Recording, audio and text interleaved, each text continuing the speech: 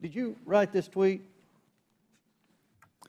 I regret the language that I used in some of my former tweets, but yes, I did post that. And I'll read the tweet so it's in the record. Yes, that person in the pink hat is clearly a bigger threat to your brand of feminism than actual Nazis in the White House. Did Ms. Gaddy or any other lawyer at Twitter ever tell you to take down that tweet? No, Twitter did not have a practice of restricting employees sharing their personal viewpoints on the service. Okay. Turning back to the laptop, Ms. Gaddy, are you aware that Hunter Biden's lawyers, as recently as last week, wrote the Department of Justice about Hunter Biden's laptop? I've seen some articles about that. Yes, they did. And it appears that Hunter Biden's attorney is admitting that the laptop and emails on it are authentic. So, Ms. Gaddy, on October 14, 2020, did Hunter Biden report to Twitter that he was the victim of a hack? No, I don't believe he did. Ms. Gaddy, when the New York Post initially broke the story about the laptop, did you call Hunter Biden's lawyer to ask if it was authentic? No, I did not. Isn't it correct that the Biden campaign had contact with Twitter in the run-up to the 2020 election? Not to my knowledge. And you're telling this committee that you didn't ask any Biden representative if the laptop was real or for Hunter Biden's attorney's phone number to confirm its authenticity? We did not speak to anybody related to that. Mr. Baker, are you aware that the FBI had Hunter Biden's laptop since December of 2019? I'm sorry, am I aware of that now? Well, were you aware then? Then, no. I don't believe, sir, that to the best of my recollection, I don't think I knew But that. you're aware now? I've heard that now, yes. Mr. Baker, did you call any of your contacts at the FBI to ask whether or not they knew if the material had been hacked? I don't recall contacting them about that on that day. Mr. Roth, Ms. Gaddy, and Mr. Baker, it appears to me that you failed at your jobs. You were entrusted with the highest level of power at Twitter, but when you were faced with the New York Post story, instead of allowing people to judge the information for themselves, you rushed to find a reason why the American people shouldn't see it. In a matter of hours, you were deciding on the truth of a story that spans years and dozens of complex international transactions. I can assure you this committee will succeed in holding the Bidens accountable. So much of the evidence of wrongdoing from this family is located in that hard drive that you all led the American people to believe was Russian disinformation, when in fact it was not. Now, I agree with Mr. Baker's opening statement. The concern for me is the level of involvement the FBI had with not just Twitter, but all of our social media platform companies. And I think it kind of goes in the opposite direction of where my friend, the ranking member, was trying to take this in his opening statement. This is something this committee should be concerned about. The government doesn't have any role in suppressing speech. You abuse the power of a large corporation, big tech, to censor Americans. And you want to know something? Guess what? I'm so glad that you're censored down. I'm so glad you've lost your jobs. Thank God Elon Musk bought Twitter. And you know what? Let's talk about something a little bit further.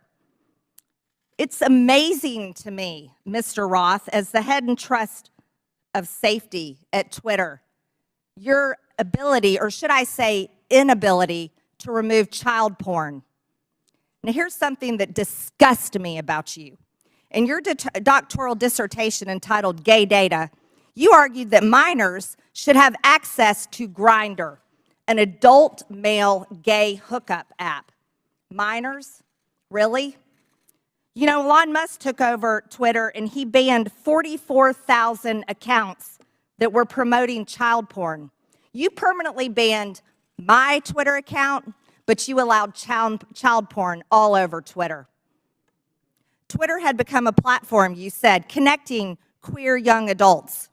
You also wrote on Twitter in 2010, can high school students ever meaningfully consent to sex with their teachers?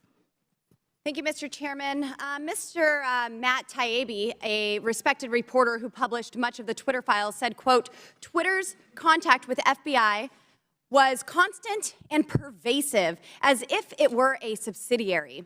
Now, I want to better understand why he would suggest that. Mr. Roth, while at Twitter, how many meetings did you have with the FBI? I couldn't say for sure, but I would More say than 10? That's a More than reasonable 20? estimate. I couldn't say for sure. More than 50? That seems a bit high. Many meetings with the FBI. Well, we know how many FBI agents worked at Twitter while you were there? I don't believe any active FBI Former agents. FBI agents. How many worked there while you were there? I'm aware of perhaps 2. Well, we know of at least 9 because they started the BU group chat, BU for Bureau. Now, Mr. Roth, did the FBI ever ask you to share information like users' communication data without going through proper legal channels? No, they did not, and I would have refused if they had. That's correct. I see that you denied Agent Chan's request for access to Twitter's data feed. What's sick isn't that you would deny it, it's that the FBI would even ask you for the private data of American citizens without going through legal channels of the law. Now, I want to remind you, Mr. Roth, that you are under oath. Did the FBI ever ask you to do anything that was illegal or questionably legal?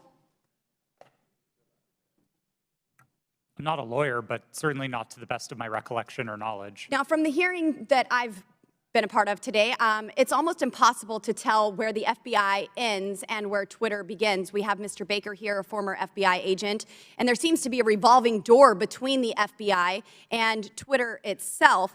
Even Mr. Baker said that there was no collusion with the federal government and Twitter, but Mr. Baker, that's you. You are the collusion between the federal government and the FBI. And now with it, this is such a problem because we're seeing censorship all over. Mr. Roth, Ms. Gaddy, did either of you approve the shadow banning of my account at Lauren Boebert? Yes or no? No, I did not. Not to the best of my recollection. Well, let me refresh your memory, because on March 12th, 2021, and Mr. Roth, I know you looked at it because Fascist Twitter 1.0 had a public interest exceptions policy, which means for members of Congress to be shadow banned, it had to go before you, Mr. Roth. So I'll ask again, did you shadow ban my account? Yes or no?